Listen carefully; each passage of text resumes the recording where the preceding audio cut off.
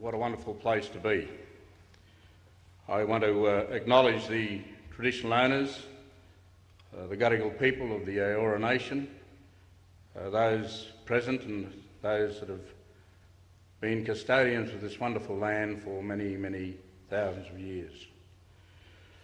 I acknowledge my Indigenous colleagues who are in this university and all Indigenous people who are here. Sir William Dean and Lady Dean, I thank you for not only those gracious words, but for being here and for opening this very important place of study and learning that we will embark upon. Chancellor David Gonski, thank you for the support and those words of encouragement.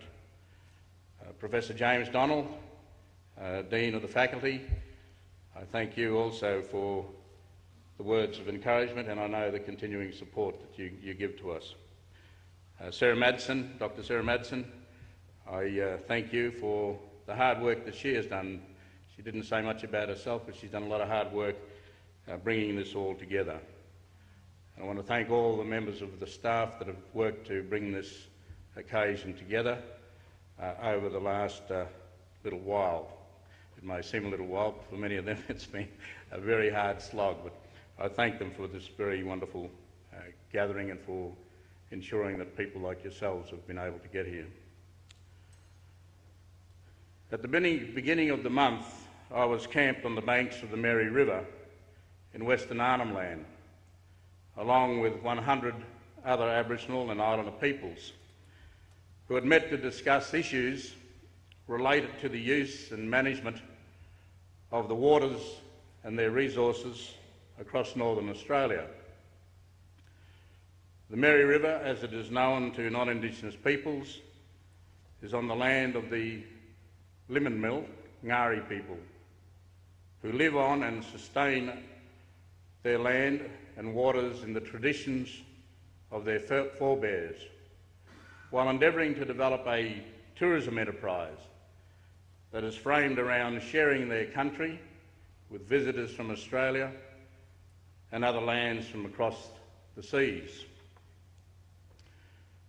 In that country, on the edge of the Kakadu National Park, where the great rivers of the north make their ways from the majestic Arnhem Land escarpment across vast floodplains and on into the Arafura Sea, Aboriginal people are seeking to play their role in sustaining the resources that have been entrusted to them from their fathers and mothers and those before them.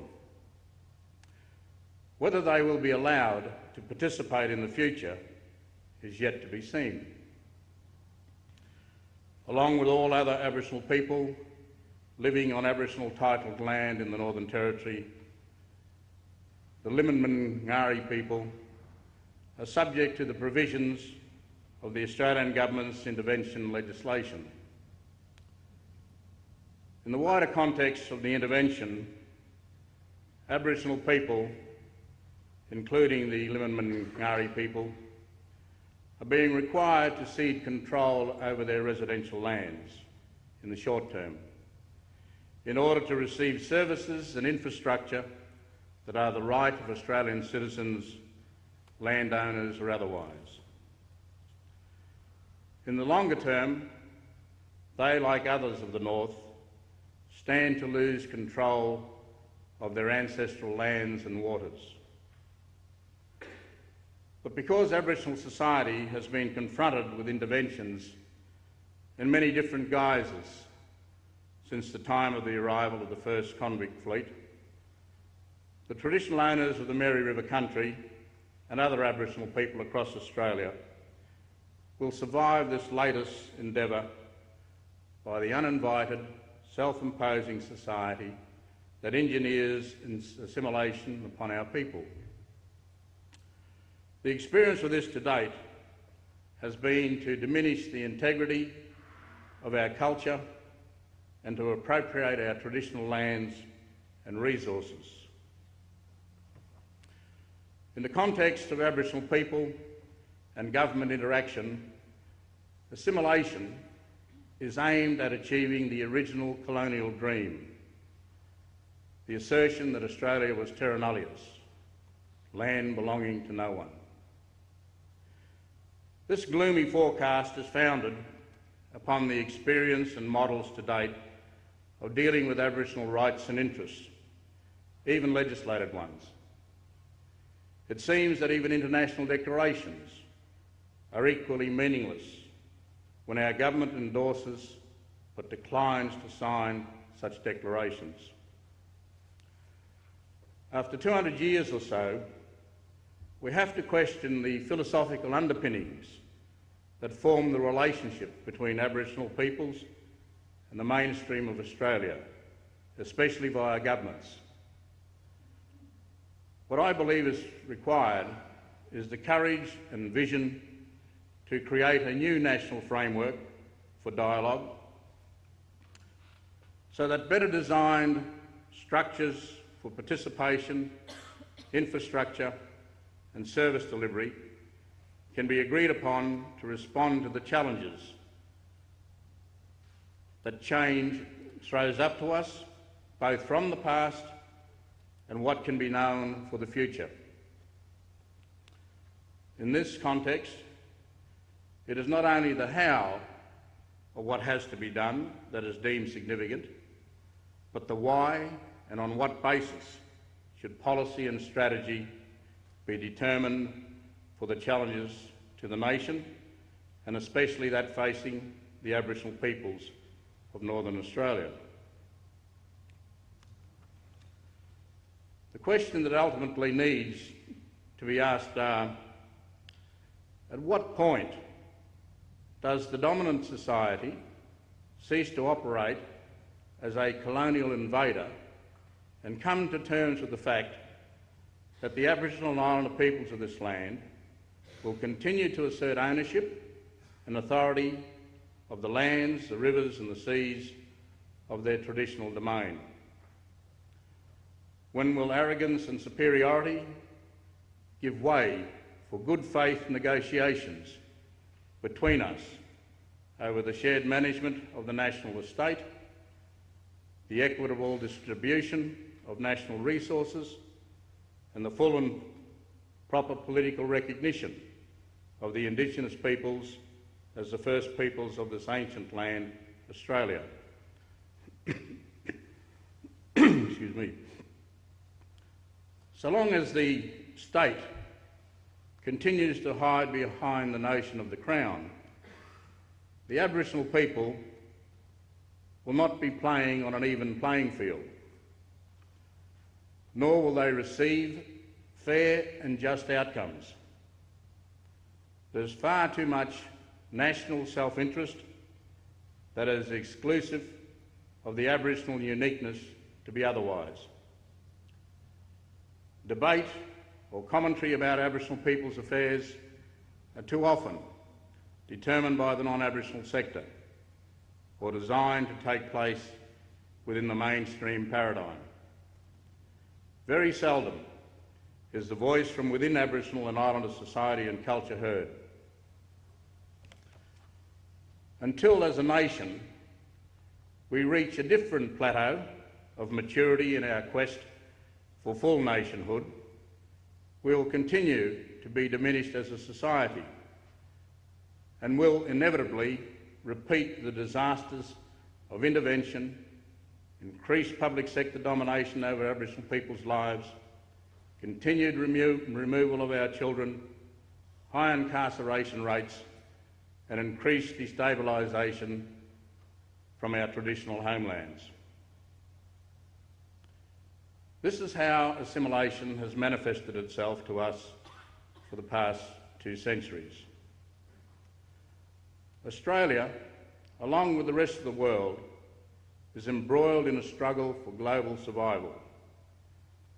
Centuries of abuse and over-exploitation of our resources have damaged, and in some cases irreparably, vast ecosystems on every continent and countless islands. Our Murray-Darling River system is testimony to our lack of diligent stewardship. destruction of native forests, pollution of river systems, clearing of vegetation for unsustainable food productions has made much of our globe increasingly uninhabitable. The unquenchable thirst to pasture sheep and cattle on vast, fragile rangelands, the exploitation of oil and gas and minerals to fuel our motor cars and feed our industries, our avarice for precious metals and gems are all outcomes of our relentless march to modernity. While this reality of history has delivered triumphant outcomes for some of our humankind, for others who could live in harmony with nature and under its laws, it has spelt disaster or even extinction. We have lost their insights to survival and are at risk of repeating the same mistakes in Australia with the Aboriginal peoples. It has left our planet severely degraded. Some scientists say we are at the tipping point of environmental disintegration. So modern humans can no longer believe themselves disconnected to its legacy with nature. Perhaps the alarm bells that have been ringing will hopefully force governments and leaders across the globe to respond positively. Ever so slowly, the reality of our dire situation is being acknowledged, and steps are being taken to halt the destruction of our planet. We are beginning to consider what structural changes must occur within our nation and other nations, in industries and communities, right across the globe, so that the planet might begin the long march back from the brink towards sustainable development, where spiritually, environmentally and socially, the values of all life is elevated in our human psyche. Australia is asserting a role for itself in the dialogue of nations to imagine a different future. We have come from being a lonely Kyoto skeptic to being now a Copenhagen cheerleader. The task globally is formidable, but unless we can underpin our global endeavours with a framework for change within our own nation, then we will fail at the first hurdle in the journey from global oblivion to long-term global sustainability. If a new national framework for dialogue is to be constructed, then it will require the labours of all our governments, institutions and our best minds to be brought to bear to the task. We must put aside our petty jealousies and ideologies, our differences, to focus on an outcome, not just for the national good, but globally as well. Dialogue for a new national framework must take account of the rich diversity that has built up amongst our populations since 1788 and must be inclusive of the richness and complexities of all the peoples that make up our diverse society. This is not about our institutional structures or popular expressions just assimilating change, but being transformed by becoming open to new dynamics arising from a new national dialogue. If we revert to the old paradigms of one sector of our society asserting its values over all others, then we will fail in our task, and the foundations of our future society will be as unsustainable and unstable as the flawed pillars of the British-centric Australia of the past. Our joint custodial duties to our country is a heavy burden for all citizens. Our part in the ongoing nation-building endeavour requires that we question our foundations, philosophy and institutions.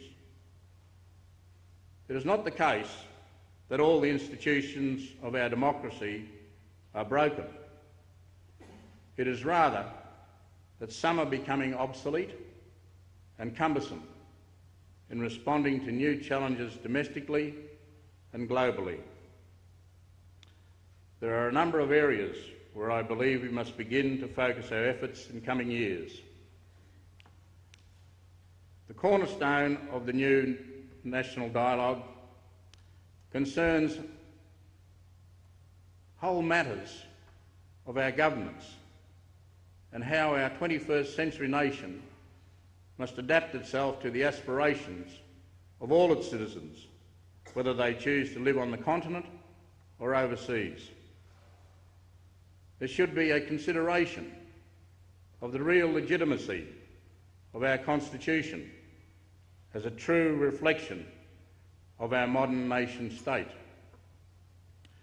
We must consider whether or not it is representative of the multidimensional society that we have become since 1901, when a British settler elite drafted and put forward the rules for the governance of the newly created nation to Westminster, England. Like the South Africans in the post-apartheid period, we should consider how our nation will govern itself as we confront our historical failure of recognition and acceptance of the First Peoples.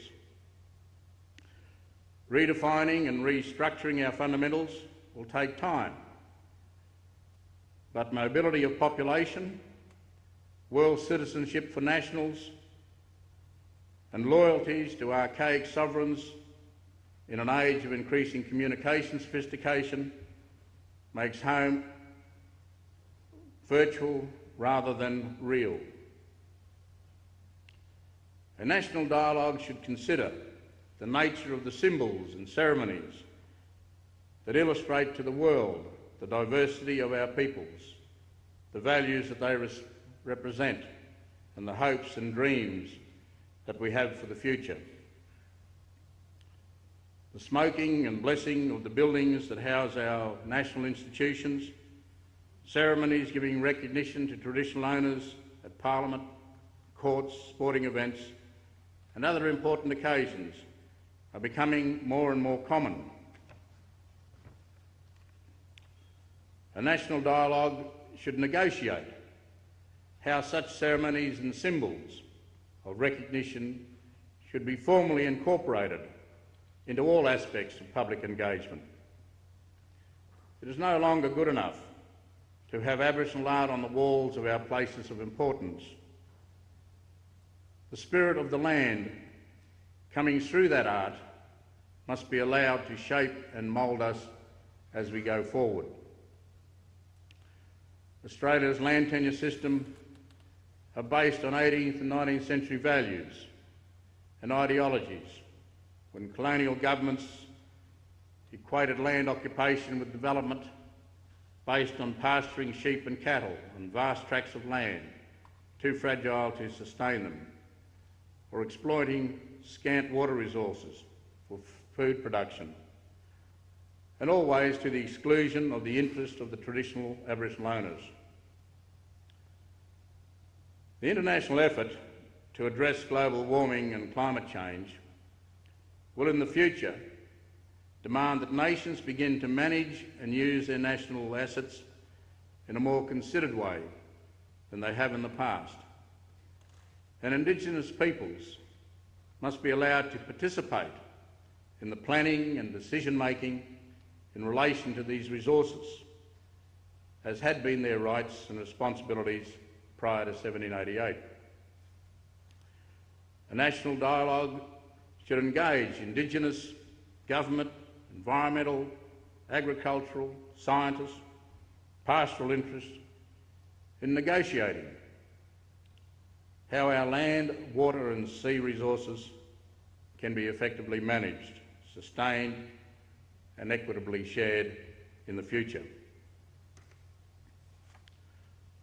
The recent controversy over the management and access to the wild rivers of Cape York, to the exclusion of the consent of the traditional owners, and the resistance of tourist operators and politicians to respect the cultural responsibilities of the Anangu, of Uluru and Karajuta, to ban climbers to the top of this most sacred site, are indicative of the exclusion of native peoples from the negotiation about the future use of land and waters in this country.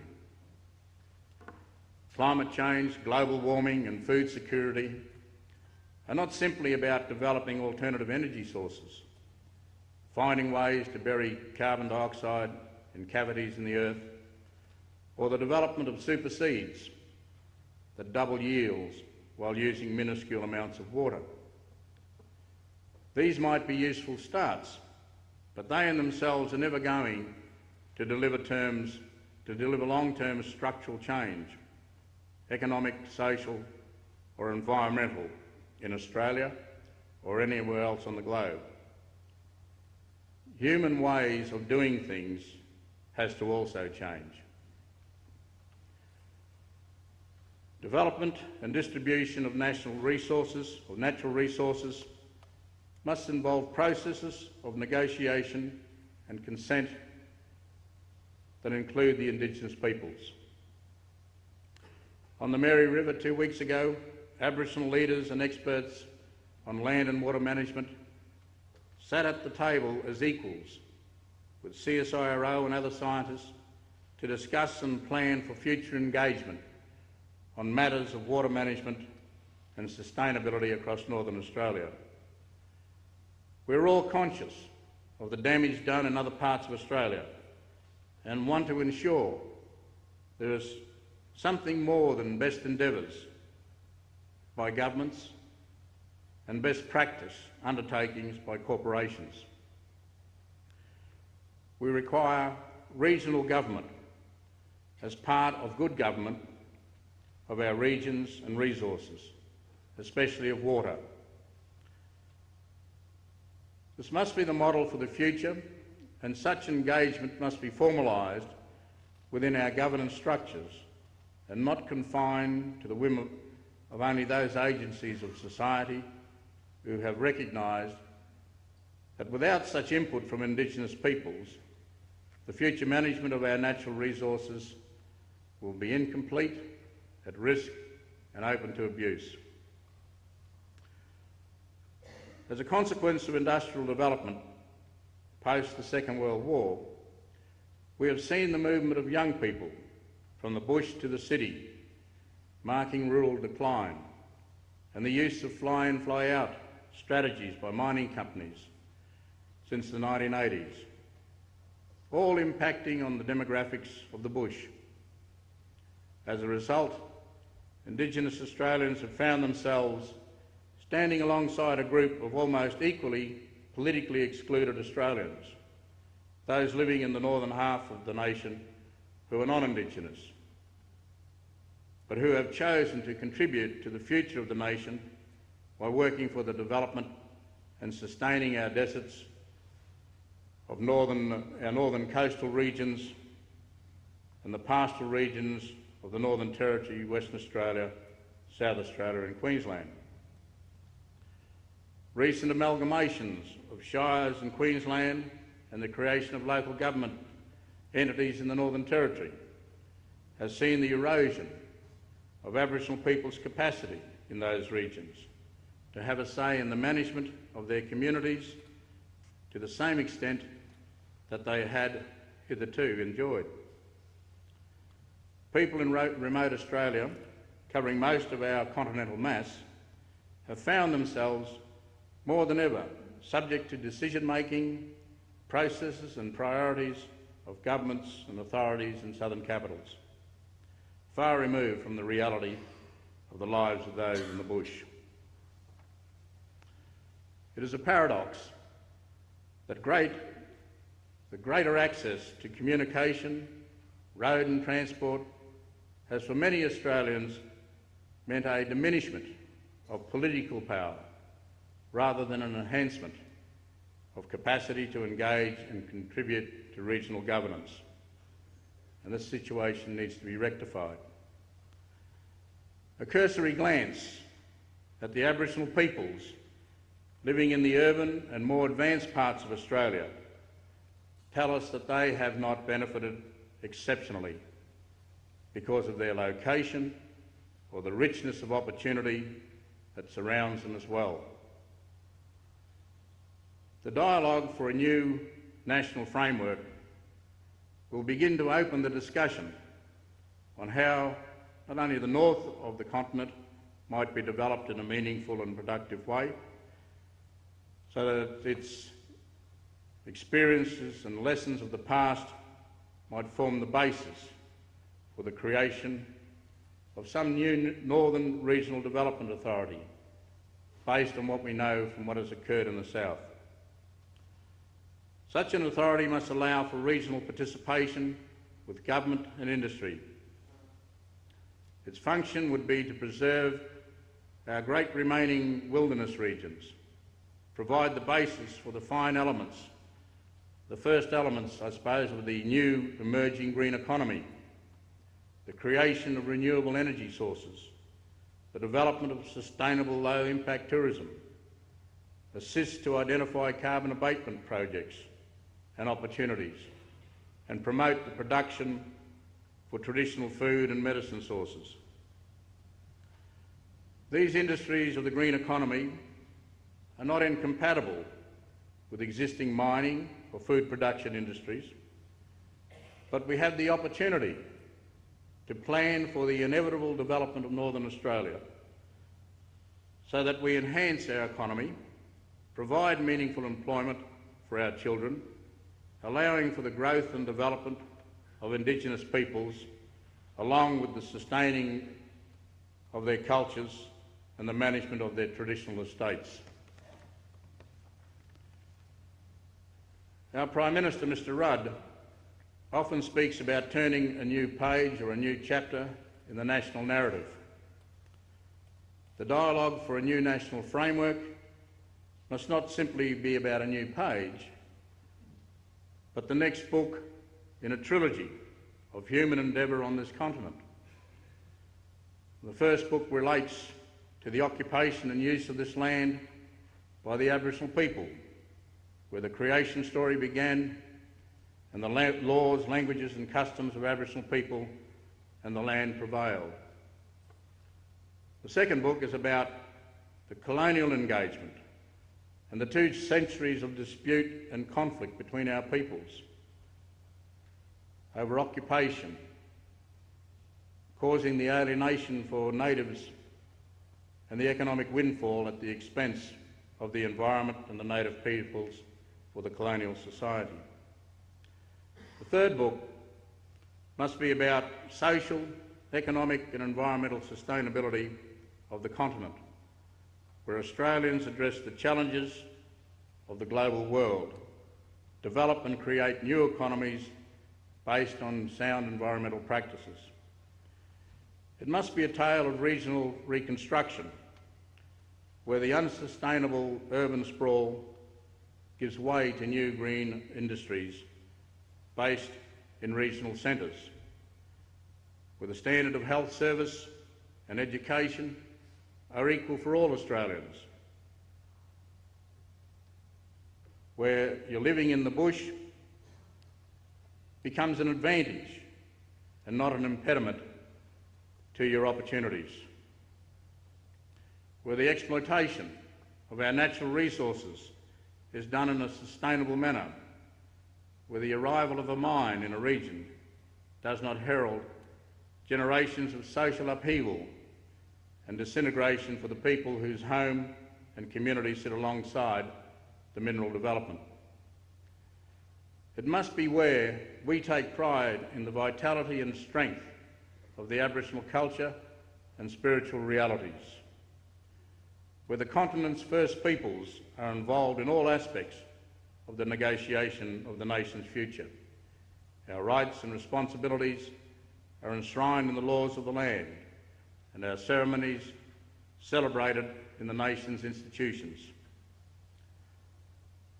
At the Indigenous Policy Dialogue and Research Unit of the School of Arts and Social Sciences, so beautifully launched by Sir William Dean this evening here at the University of New South Wales, we will be focusing on support for the Australian dialogue and the construction of a new national framework, a process initiated by Lieutenant General John Sanderson and myself, and supported by many like-minded Australians who aim to develop a new philosophical underpinning to guide the development of a just relationship between Indigenous and non-Indigenous Australians as we map our way forward around some of the challenges I have raised tonight. The dialogue recognises that the failure to weave the Indigenous story into the nation's political and social fabric has affected Indigenous people's participation in the Australian society. It seeks to create a narrative of Australia based on principles of co-design and integration, seeking to develop a national framework around inclusiveness to shape future government policy. The Australian dialogue is about a shift in paradigm and practice. The process of dialogue will allow us to move beyond hierarchical technical solutions to a place where genuine compassion and communal intelligence can generate real change. It will draw on conversations between Indigenous and non-Indigenous leaders and opinion makers, business, universities, non-government organisations and government bodies at both regional and national levels. The Indigenous Policy Dialogue Research Unit will provide underpinning research and intellectual support for this endeavour. There are times in a nation's history when the people of the nation are forced to confront the truth of their histories, when they must consider the mistakes and successes of their endeavours, celebrate their achievements and reflect on their failures as well as determine the new directions. The opportunity for such a moment of reflection is with us in Australia at this particular time. But while the need for a new national dialogue is urgent, we must be mindful of the need for haste, not speed, so as all can be engaged and all can commit constructively. It might pay to remember the words of Luther Standing Bear, the Oglala Sioux chief, when he spoke of dialogue in the way of the Lakota. He said, "Conversation was never begun at once, nor in a hurried manner. No one was quick with a question, no matter how important, and no one was pressed for an answer. A pause giving time for thought was a truly courteous way of beginning and conducting a conversation." Silence for Indigenous people, as for the Lakota. Luther Standing Bear, granting a space of silence to the speechmaker and his own moment of silence before talking was done in the practice of true politeness and regard for the rule that thought comes before speech. Australia is not the first nation to have to confront the truth of their colonial past and to deal with that legacy, as every nation that has had the courage and commitment to embark on such a journey has found. Often the milestones of the journey of healing and justice can be challenging and confronting. But embark upon the journey we must, and there will be times when the journey will seem too difficult. But perhaps when those moments occur and principal compromise appears a bridge too far away, then if we have invested in developing a new national dialogue, we will find our way beyond the morass of today that we only see in a very dim view. Collier.